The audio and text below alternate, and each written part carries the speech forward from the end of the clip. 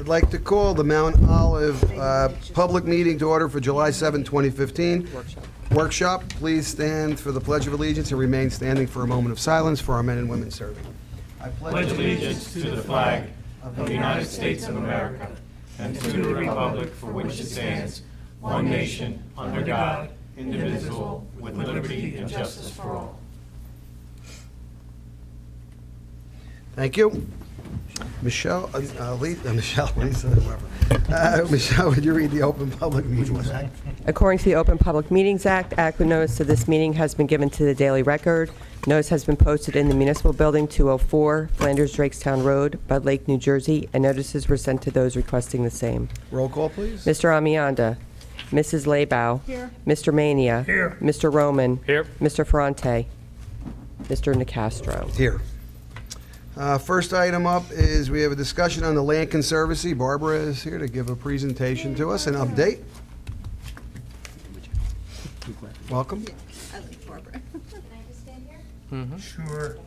We should be able to be heard. I was going to say, we'll move on. Move the portable mic. You have to say your piece over there and then run and change the frame and then run back. Get my workout in. Thank you. So my name is Barbara Heskins Davis. I'm Vice President of Programs at the Land Conservancy of New Jersey. The Land Conservancy is a nonprofit land trust based up in Hooten. And I come to the municipality, to your council meeting once a year because we own 405 acres in Mount Olive Township. And I think it's important for us to tell you what we're doing and for you to ask me questions about what we're doing to keep the lines of communication open. Really was so excited about what's going on at South Branch Preserve. I asked Sean if it was okay if I brought in a slideshow of pictures to show you what you're doing, what we're doing, and hopefully that'll help you if you have any questions. So this is a merganser over the South Branch of the Raritan River. The purpose of South Branch Preserve is to protect the drinking water quality of the South Branch. It provides drinking water to 1.5 million New Jersey residents. 3/4 of a mile of South Branch flows through the north section of the preserve, and the headwaters for South Branch are part of the south section. I just have to remember how to do it, sorry. Oops, wrong button. Okay. There we go. Oh, that's the sign. Very exciting. We put up the sign last year. It's along Wolf Road. I really have to thank the municipality. It was a really interesting partnership. The police contacted us, the Mount Olive Township Police, that the turn from Route 46 going east onto Wolf Road was really dangerous. And they wanted to take away some of that curve on the properties to make the curve safer, but they needed our permission. We, of course, didn't have a problem with it, but there are easements on the property by the State Green Acres Program, by the county's Municipal Utility Authority, and we have a co-owner, which is the New Jersey Water Supply Authority. And I was really impressed. All three of the agencies replied in record speed, which I was a little worried, but within just a couple days, we got all the answers. And in return for doing this, the police installed the sign for us, which saved us several $100s, and they did a great job. And the municipality has done a fantastic job in terms of mowing along Wolf Road. When we put in the sign last year, the mugwort, which is this ugly plant, was like, no kidding, this tall. And it's now all mowed down so you can see the sign. And it's the best thing for the mugwort is to mow it down. So it's been just great. We're very excited. I should have brought a better picture of the sign. Sorry, next time.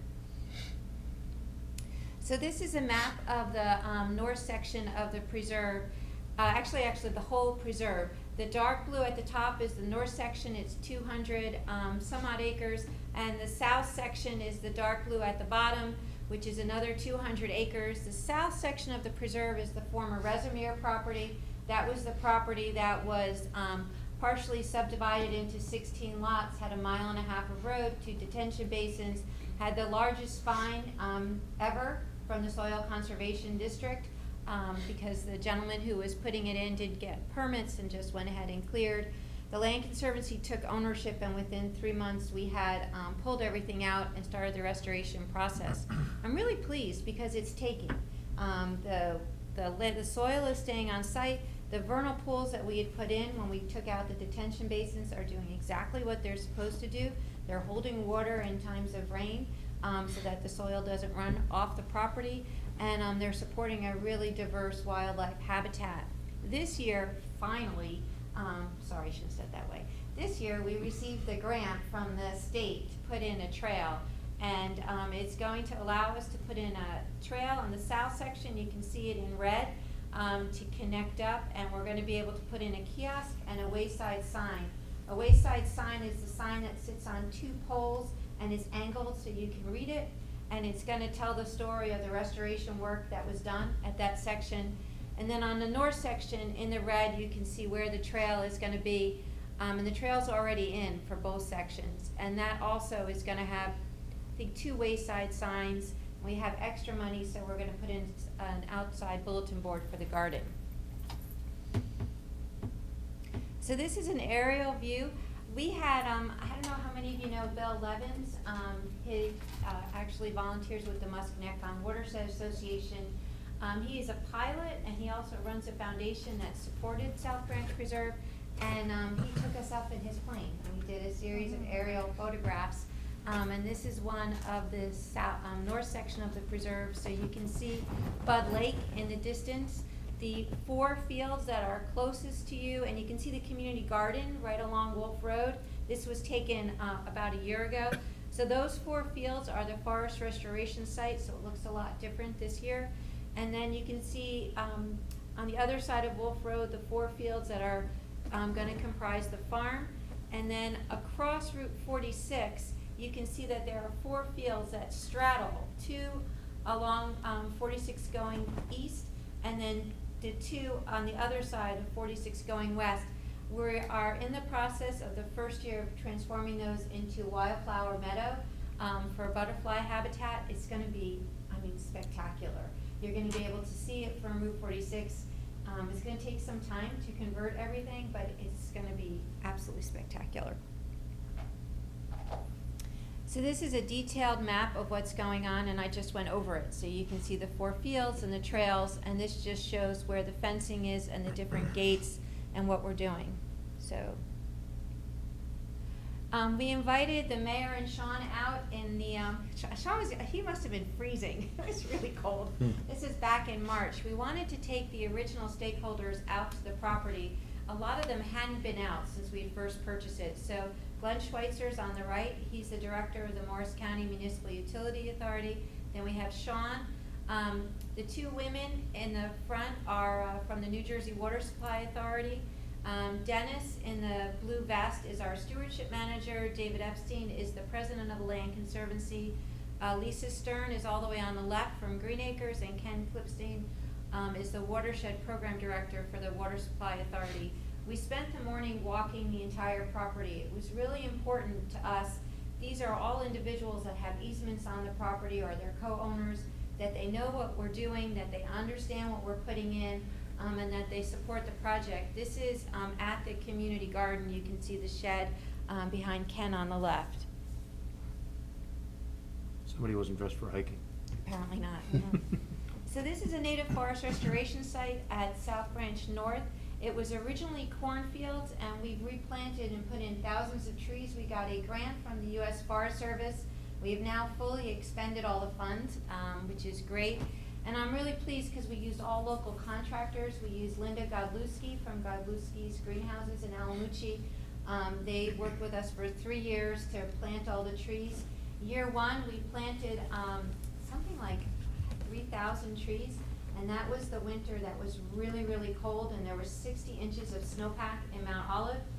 So because the property was fenced, no animals could get in except for moles and voles, who girdled 3/4 of the trees, which killed them. So the second year we planted the other 3 fields, and this year was the final year, and the Forest Service allowed us to reallocate funding, and we planted about 1,500 trees back in the same field where the trees had been girdled. And last year and this year we put in tree wraps. So we had volunteers from the Mars Corporation out putting tree wraps around all the trees, which really did help over the winter season. So this is the fence along the forest restoration site. We've put in 24 bluebird houses. Our stewardship manager is a birder, so it's very important to him. And the U.S. Fish and Wildlife Service has a great program where they'll provide the bluebird houses, and they're all being occupied. So they're occupied, then in the fall, Dennis goes out and cleans them out. But you can see that they support a lot of different birds. The community garden has been fantastic. I don't know if you've heard about it from your residents. 145 plots. You guys were great helping us put it in. It was really a process. I learned a lot. I don't think I've ever been so nervous when I was testifying before your planning board for the site plan for the community garden. I managed to get myself in a real knot. So, and the planning board was exceptionally nice. But we put in the garden, and it's fully sold out, has a waiting list. The gardeners are great. We have a Facebook page. They're communicating really well. And each year we've managed to have an intern come into the office through the University of Vermont to help us with the garden. Last year, Rachel Smith, who's a Mount Olive resident, was our intern for the garden. She's fantastic. This year we have Kyle Schwartz, and I was really surprised. He's from Minnesota, and he accepted our internship, and we pay, but not great. He turns out he has a friend in the area, so he's living with a friend, and he's been out of the gardener. The gardeners really like him. He's doing a great job. So we're very excited to have a dedicated intern for the garden. The gardeners, on their own, I'm going to talk about the farm. The gardeners started a donation program where they collect the excess produce on their own. They have a cooler. We ask them to weigh it because certain grant funding will support you if you donated a certain amount of produce. And they've been donating it to the Drakestown Methodist Church. This year, they're going to donate it. There's so many gardeners that want to be involved that last year when they did the donations every other week. This year, they're doing the donations every week. And on 1 week, it'll go to Drakestown. On the other week, it's going to the Mount Olive Food Pantry. So I'm really pleased because the food pantries can't necessarily handle a whole lot of produce all at once. But splitting it like that, the pantries are able to distribute it quickly so people have the ability to access the local produce, and it's just fabulous, and they're doing it on their own. This is the community garden as we were building it. This is another shot from Bill Levins when he was flying. I just thought that was a really cool photo. And this is the shed that we put on site.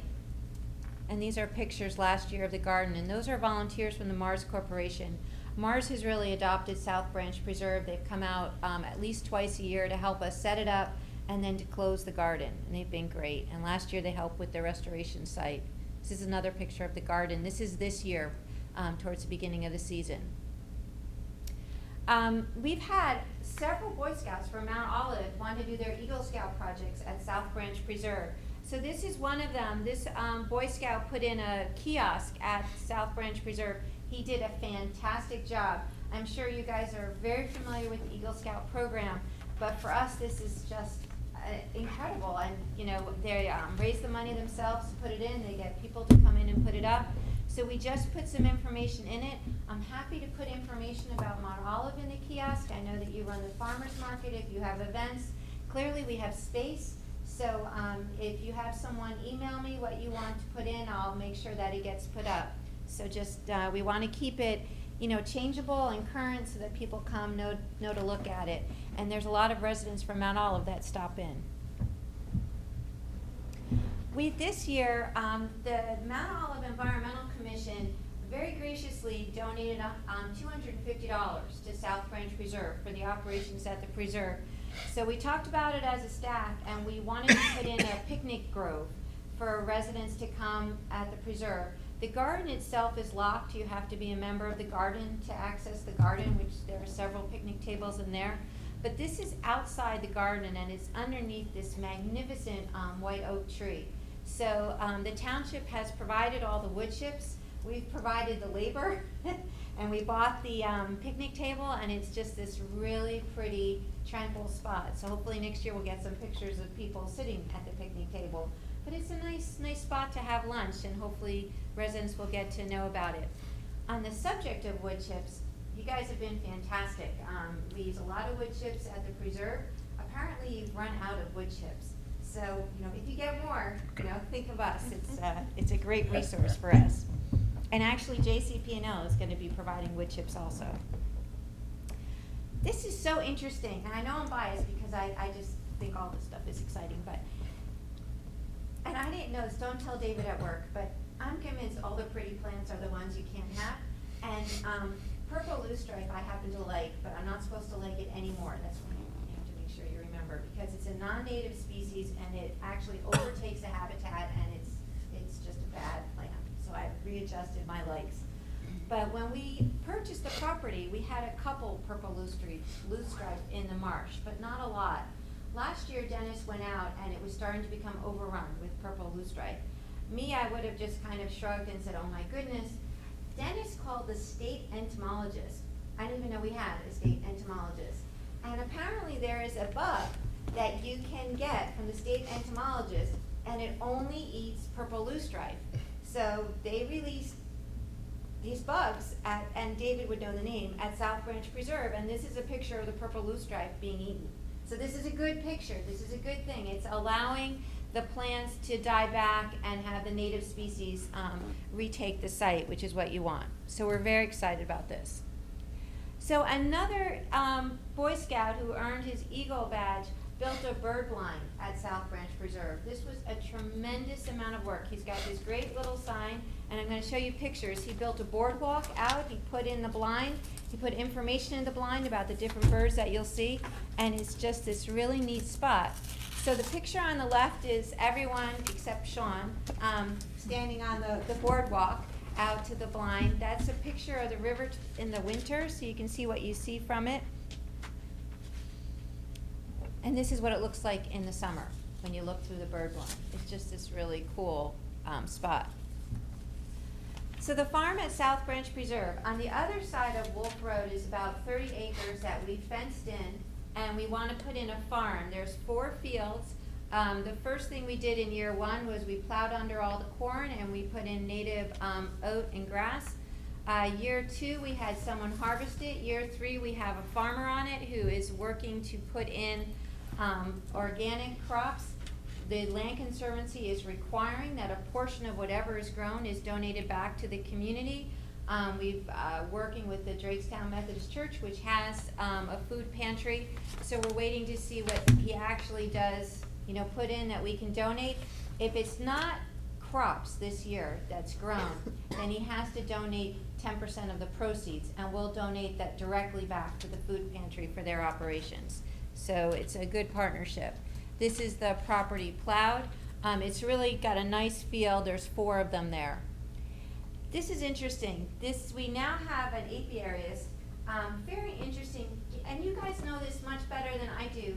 When someone comes in and they're upset and they're agitated, it's really important to listen to them and not react to that agitation, and I'll explain why.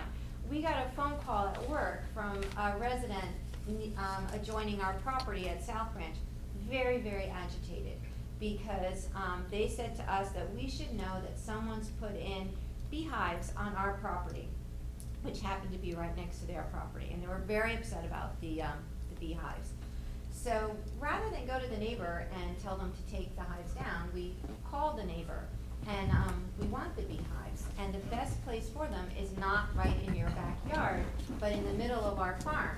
That way there's no residents by it. It's only going to help the farm. It's going to help the gardeners at the community garden, and it's going to be a great resource. So we talked to the apiarists, and they were ecstatic, very pleased to be able to move their hives. The neighbor who was upset was really pleased to see the hives move, so it was a real win-win, and we felt very good about being able to do this for the community. So the beehives are now on our farm. This is a picture of them, and they're pretty productive. This is a picture of the farm. We've gone over this. So this is the wildflower meadow. This is very cool. So the monarch butterfly is actually declining, and I'm sure you guys have all heard about that. And it has ramifications in terms of the species habitat for monarch butterfly and the diversity of animals that we see. So the Land Conservancy has about 30 acres that straddle Route 46, and we've really been trying to figure out what to do with it. We had someone come in and talk to us about putting in Christmas tree farming, and that was complicated. We have someone come in and say they wanted to put in organic hay, but we really weren't interested in putting in organic hay. And then we contacted the North American Butterfly Association, and they recommended this company called ArcWild. And ArcWild, this is what they do. They convert meadows to wildflower meadows to support the monarch butterfly. And they create a seed bank from it, and they use the seeds from it. It's native to the area to support other restoration projects in that area. What we have found to be some of the most difficult things is that when you want to replant this and you want to replant it with native seeds, it's really hard to find genotypic native species to your region. This is going to support that effort. It's going to take a lot longer than we thought. We thought it could be like 3 years and we'd have these magnificent flowers. It's going to take more like 7. So, you know, in 4 years when I come back, hopefully we'll start to have nice pictures. But they've already started work on it this year. And we received a grant from the New Jersey Conservation Foundation to help support the work. So we're very pleased with that. Barbara? Yes. We have a butterfly garden up at Turkey Brook Park too, right next to the awesome, Become Awesome thing at the loop. I don't know if you go up to Turkey Brook Park. Right. But there was a teacher at the Chester Stevens School that really promotes this and pushes all that. So I'll find out what her name is. You That'd might be want to great. contact her. I would. And, because she's, that's where I first heard about it, and she's extremely knowledgeable about all of that. Good. Okay. The last thing I want to talk to you about, and I was telling Mike before I came, today I got a note from Dennis, the stewardship manager. We got contacted by JCP&L, and I told Mike I love JCP&L, but I always get a little nervous when I hear that JCP&L called us, because I never quite know, what exactly they're going to talk to us about. But this is the coolest thing. JCP&L is partnering with the National Beekeeper Association to create bee pollinator habitat underneath their power lines. And they're doing this because the honeybee population is in a dramatic decline, and they pollinate a lot of the plants and food that supports us. So they contacted us to see if we had a good spot to put in a bee pollinator habitat. Well, of course, we have a great spot. So they're going to be converting 2 acres underneath the power line right near the community garden that right now, no offense, is kind of filled with really ugly invasive species. And they're going to be taking all that down, and they're going to be replanting with native plants. So we contacted them today because some of the plants that they recommended we didn't like. So hopefully they'll listen to us. But it's a great opportunity for Mount Olive. They're looking for spots that have a visual presence. They want people to know what it is they're doing and why. So very excited about it. When it's up and running, I'll let Sean know so he can let the community know. So with all these really good things, of course I have one thing I wanted to ask some assistance with, and I thank you for listening about that. We want to put in this farm. It's 30 acres. It's really important to the Land Conservancy. It's 4 fields. It's going to support the community. It's a priority for us. The farm needs certain infrastructure in order to be able to be operational. It needs to have a fence, which we've put in. It needs to have a shed for equipment, which we're going to put in. It needs to have water. It needs to have a well for water. So when we contacted the municipality in order to put in the well, the municipality required us to get permission from Mount Olive Villages to put in the well. And Mount Olive Villages has not given us that permission. They won't say no, they won't say yes, but we've lost an entire year. The farmer has not been able to put in the crops that he wanted to because there's no water to support it. And we had a really dry spring, so everything's delayed, and now of course it's just a big problem. So when we did talk to Sean about this, remember back in March? Mm-hmm. And there were a couple of other ideas bandied about, and that's what I wanted to kind of talk to you about.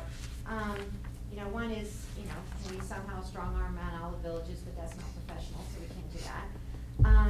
The other thought was whether or not we put in a well for the community garden, whether or not we can pipe, create a connection with that well and pipe underneath Wolf Road and then pump it to the farm. And that's really what we think is probably the best option. You know, one of the other options was maybe contacting some of the neighbors and seeing if we could connect into that well, their wells, but that just doesn't seem feasible either. It just seems more feasible to use our existing well and pipe underneath the road. But again, I'm not an engineer, and we really want to see this moving forward, so we would like the permission to be able to do that, and then, of course, get some assistance about, you know, how we go about doing something like that. It's certainly a bit more complicated than just drilling a well on your own property. So that's really my big question, and I did want to make sure that you know how valuable the partnership's been, if not all of it. It's an extraordinary site, and anything that we've been asking, I email Sean, and you know, it's instantaneous, you know, the assistance, and the preserve, you can tell that it gets a lot of support. So I really did want to thank you, and if you can help me out on that well, be a friend or whatever. Yeah, we had spoken about this back in March. Now, yeah, Mount Olive Villages, they have legitimate concerns. They're regulated by the DEP, and there's water levels with, they have to, have to worry about their own population there. So when we had spoken, I think I'd mentioned at the time about the possibility of piping underneath Wolf Road. Right. What I could look at preliminarily from our standpoint, I don't view it as a very expensive proposition, but I would ask maybe Gene Pazinski just to give a roundabout number. Word this to, a lot of times he's able to help me out without incurring any of the costs, with his retainer or his budget numbers. But he's able to give me sometimes, if we do this, do that, you can expect about a ballpark figure, and we can kind of run with it from there. If we do want to do something, and it looks like we'd have to put it in the 2016 budget, I don't view it off the top of my head. Again, I'm not an expert in this, that we'd have to wait until that point. I mean, we can always do it in kind with some DPW help, or there's some traffic issues as well on Wolf Road, but it's really not a huge project. So with council's permission, I'll pursue that and see what our engineer thinks, and how involved this is. I think we agree. Everyone agree, right? Yeah. Look into it, definitely. Yep. Fred, would we need some type of agreement, if we come to that point, that, just no representations as to perpetual maintenance or, infrastructure and that sort of thing? Right, yeah, we could put something together to that effect. That won't be a problem. Thank you, that'd be great. And I meet with Gene, the engineer, tomorrow morning, so I'll put it on our agenda, and, by the fall, we should at least have a, eyeball as to how far this goes. And if we could do it in the fall, then that would be the better, because come planting season, you would want to, Right. I would imagine you want this in place by probably March or April next Yep. year, correct? Exactly right. I'm a gardener too, so I understand. Barbara, I have one question. Are they going to add any more plots for the gardening? I don't think so. We're Just gonna keep it- fully built out right to the edge of the fence. So, Okay. it's a great thing. No, it is great. I know a lot of people that use it, the neighbors and friends that I know Yeah. use it, really love using it. Yeah, and it seems to be a good community. People seem to help one another, and, but 145 is a pretty Is a lot. good size for a community garden. Most of them are, in the 40 to 60 range, so 145 worked out really well, so At least they're filled up, that's good. it's really good. Barbara, you don't know the pressure off the top of that well, do you? Gallons per minute? I think we're at 35. And do you know what's required for the irrigation at the farm, or no? I think we talked about the same. Okay. Thank you. Everything is very good. Thank you, anybody. We're all good? Thank Thank you you. very much. Nice Appreciate the time. presentation. Yeah, very nice. Thank you for the Good to see you, update. Barbara. Yeah, thank you. All right, there is, on the agenda next there's 18 resolutions, 17 are on here. There was one added here that you see for the Mount Olive Baseball and Softball Association. Does anyone have any, bless you, God bless you. concerns, questions? Alex? Sean, on the resolution regarding the pump failure, can you tell me the nature of that pump failure? What caused it? This is going back to the booster station pump. Yeah, this is going back to, It's Um, booster pumps. feed mhm. Oakwood The one by Village. Oakwood Village? yeah. A lot of this that you see in front of these resolutions, a lot of them are pay to play, a lot of them is financial cleanup at this point in the year. We're getting vendors that are approaching the pay to play threshold. In this case, it's just going back for the emergency on the pump Yeah, failure for the booster. Alex, this happened in January. We just got the invoice from them. Tim had expected it was going to be 9,500. We got the invoice. It's over 10. Anything over 10 has to be approved by the council. That's why it's on. Okay. Thank you. Anyone else? Go ahead. Alex. On the resolution for the lease of the tower to Singular Wireless. I'm glad you asked that, 'cause I was gonna bring that up. One, I'm extremely pleased by the amount negotiated, and I'm wondering how this compares to any of the other leases that we've obtained with other carriers. That I don't have, I can get that back to council. We have a myriad of leases throughout the township, as to our carriers. I can do an analysis on what our rates Yeah, are. I'd be kind of curious as to whether these leases are starting to project upwards. You know, do we anticipate, when other leases come offline, are we better off waiting till they expire or lock them in, depending on what the trend has been? Okay, yeah, I can provide that to council. As far as this one goes, we're very happy with this. It's 3% increase per year.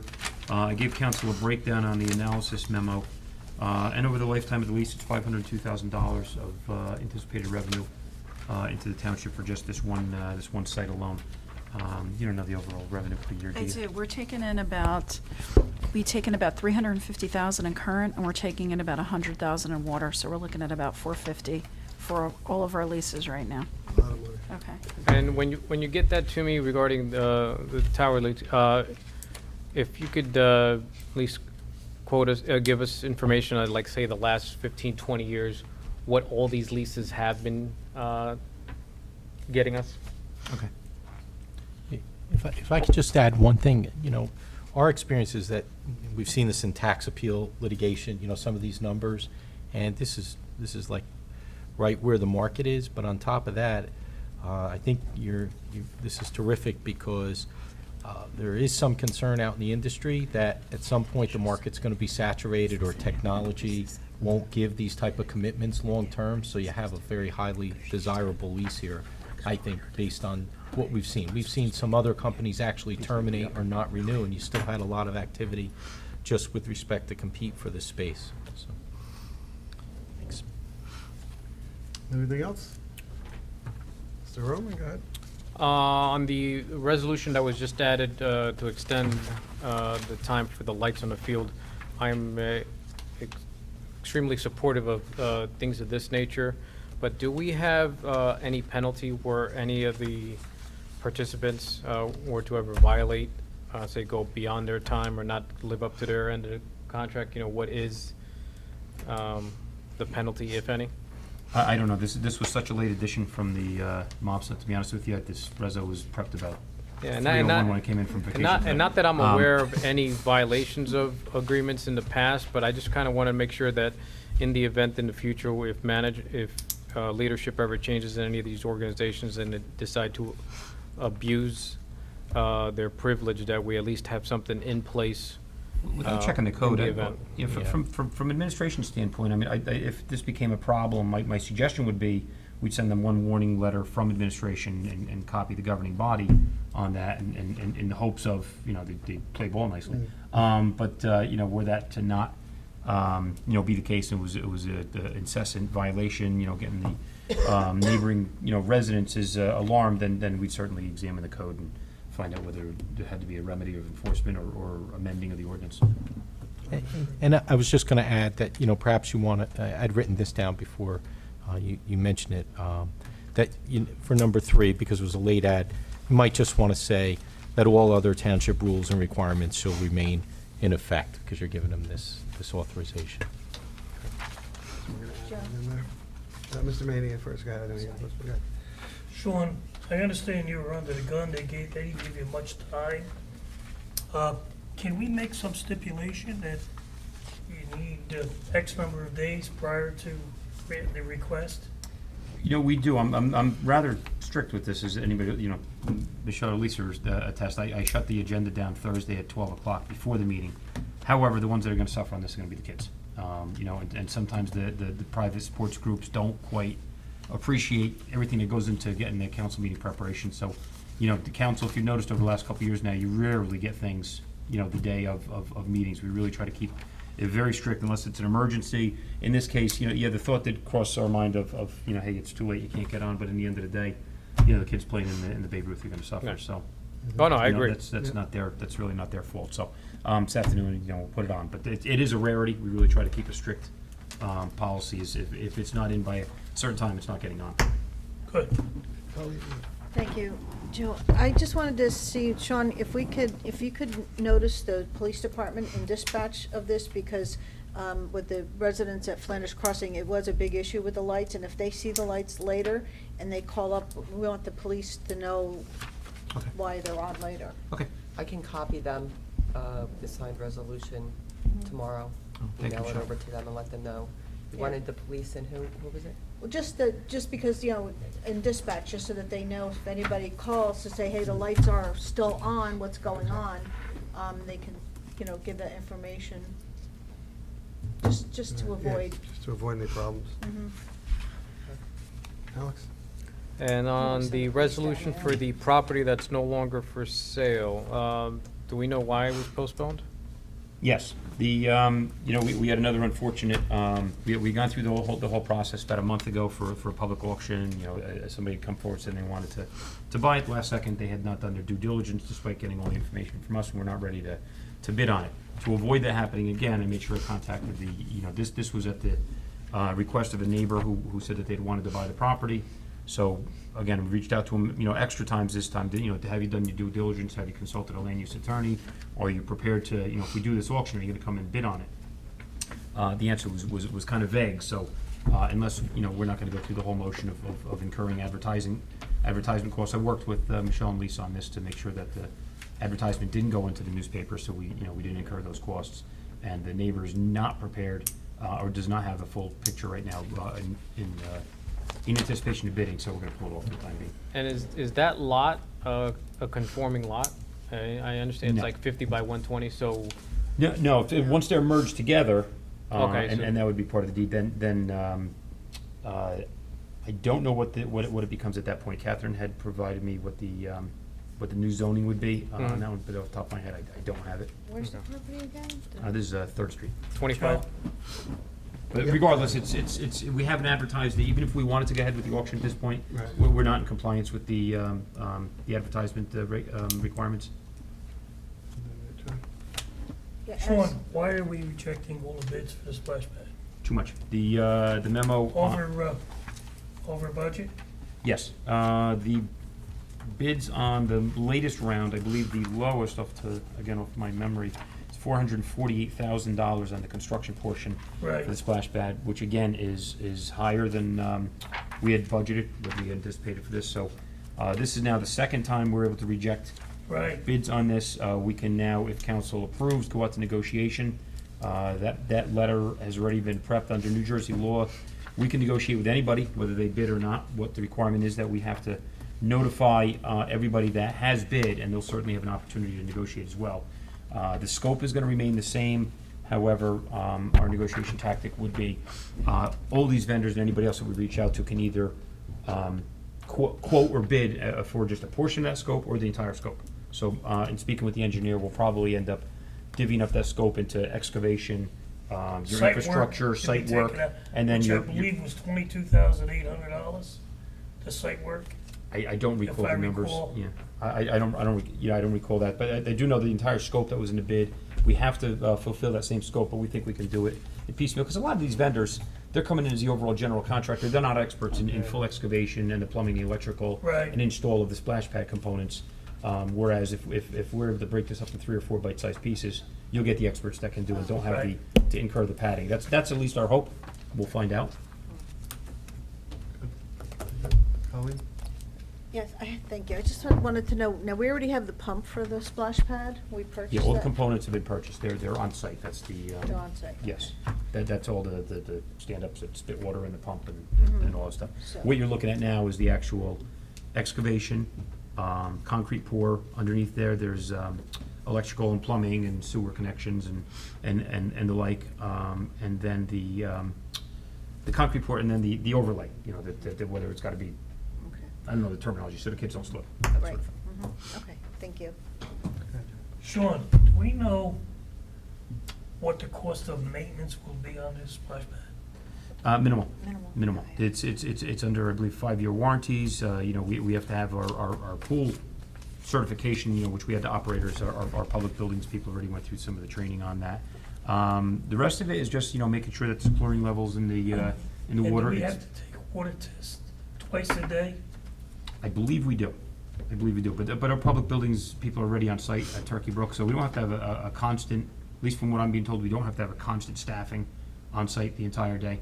Do we have to send out those tests to be No. done? No, or we can can do it No. in-house. In-house? No, because that's not the same as DEP drinking water where we have to, report to Trenton that it's potable water. Right. This is just making sure that the chlorine levels are recording, for our own records. On that, Sean, with the park in general, just one quick question on that. I know last year or some point where I was asking about you had talked to Jill about it, the master plan per se of the park. They were gonna revisit. Has have they done anything? Because again, looking at the back part of it, I'd just Yeah. like to know where they plan to do. Jill's been working on it. I probably gave her an erroneous deadline of June of this year, forgetting that it's carnival season and all the things that recreation does do. So that was probably a faux pas on my part. I did charge Joe and the recreation committee back in, I believe we spoke about it in February, Yeah. that this year they should come back. I said June originally. I'll follow up, see if they can get in here by September. Just curious to see where they're, It is important, Going. It yeah, is because where's Turkey Brook gonna go? yeah, 'cause we're so Right. packed. I always say we're so packed in that front Mhm. part now, it's getting so crowded that we got so much room. Anyway, that's good, thank you. Anyone else? All right, any old business? Seeing none, any new business? Seeing none, anyone from the public? Seeing none, we have a motion to adjourn. So moved. Second. All in favor? Aye. Okay, closed. All right, we call the Mount Olive Public Meeting, council meeting for July 7, 2015 to order. Michelle, read the Open Public Meetings Act, please. According to the Open Public Meetings Act, adequate notice of this meeting has been given to the Daily Record.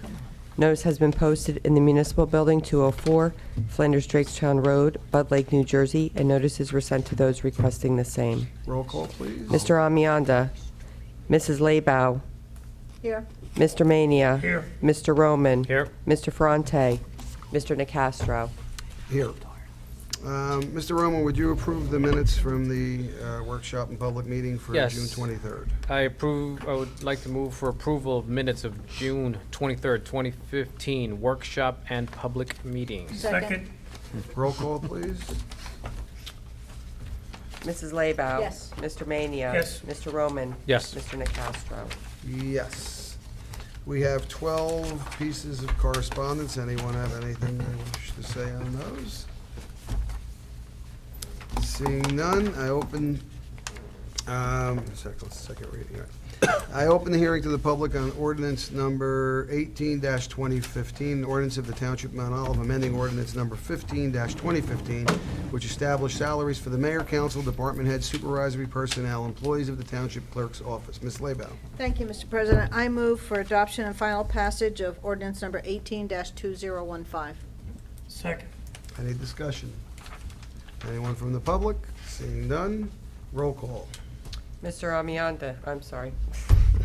Mrs. Laybow. Yes. Mr. Mania. Yes. Mr. Roman. Yes. Mr. Nacastro. Yes. We have 18 consent resolutions with the new one that was added and discussed with the changes recommended by the attorney. Do we have any discussion? Any questions on those? Do we need to read those changes into the record? The changes are, what are the changes, Michelle? Fred, Oh, do you Fred want to read has the it. changes exactly? The changes How are, you just want them? item 3 would also just confirm that the organization must comply with all other township rules and regulations for the use of the fields. Thank you. Any other discussion? Seeing none, anyone from the public? Seeing none, motion to, Mr. Mania. Do we need a motion? Mr. to President, I accept? move approval of the consent resolutions 1 through 17. 18. 18, I'm sorry. Second. Any discussion? None? Roll call, please. Mrs. Laybow. Yes. Mr. Mania. Yes. Mr. Roman. Yes. Mr. Nacastro. Yes. Mr. Maney, again, would you move the bill list, please? Mr. President, I move the bill list. Second. Discussion? Roll call, please. Mrs. Laybow. Yes. Mr. Mania. Yes. Mr. Roman. Yes. Mr. Nacastro. Yes. Administrative reports. Thank you, Mr. President. I have just the mayor's report tonight. The Mount Olive Carnival starts Wednesday, tomorrow night. It opens at 6 p.m. That'll be going all week. Marketing in the morning is going to be held in council chambers here on Wednesday, July 15th. Please check the Mount Olive Chamber of Commerce for information on that. Movie night at Turkey Brook is on July 24th, the 31st, and August 7th. And the last, we're waiting for final approval for the Municipal Alliance that kind of lapsed in the last several years in Mount Olive. That's going to begin again, once again, for Mount Olive. We expect to receive $18,881 for the programs, and Lisa Brett will be coordinating the Municipal Alliance. And that's all I have. Thank you, sir. Any old business? Seeing none. Any new business? Seeing none. Any legal matters? Yes, thanks, Council President. First, at the next meeting, we'll have an update for you on the long-running matter regarding cobblestone. There was a meeting down at the DEP where we had information regarding the infrastructure and the water availability for the actual property. And at the same time, the property owner is also nearing a foreclosure of the property. So we may have to be dealing with a lender as opposed to this property owner unless we can come to some type of resolve, which we would present to you at the next meeting, whatever is most advantageous for the township. Secondly, as municipalities have been made aware by the Supreme Court with respect to affordable housing, we had until July 8th to file our declaratory judgment to protect the township and its affordable housing and the obligation and substantive certification. We filed those complaints, we hand-delivered them, and waited for them to be stamped last Wednesday afternoon. We received the docket numbers back today because we certainly don't want to have any kind of gap in that time. We work closely with another number of municipal attorneys that have been in the same situation. There's all kinds of different complaints that are out there, but we feel very comfortable with the assistance of Chuck and Catherine that our complaint is very well situated to address this. We also will be filing a motion that will ask the court during this interim period where we have to file for this new plan of affordable housing for immunity from any type of action of affordable housing type of complaint. Ed Buzak, who represents the League of Municipalities, also your planning board, is going to be doing the same thing for those towns he represents, and we've been coordinating with him very closely back and forth on a number of different matters. So if any questions come up or if you hear anything about this, we've done everything we have to do at this point in time by July 8th, and we'll continue to keep you posted to see what the next avenue is with respect to this case. But right now, we're fine. Last thing is Jeff's wife, and he had a baby. This morning. Boy, girl? He was going to bring the baby to the meeting tonight, but he couldn't. So, the name is Madison Joy Pasick. So, and everyone's doing well. Congratulations. I'll pass that along. Thank you, Council President. Thank you. Let's see, council reports. Ms. Labo, anything to report? No. Mr. Roman? No, we do not meet, Recreation does not meet till the fall, and we did not have an open space meeting this past week.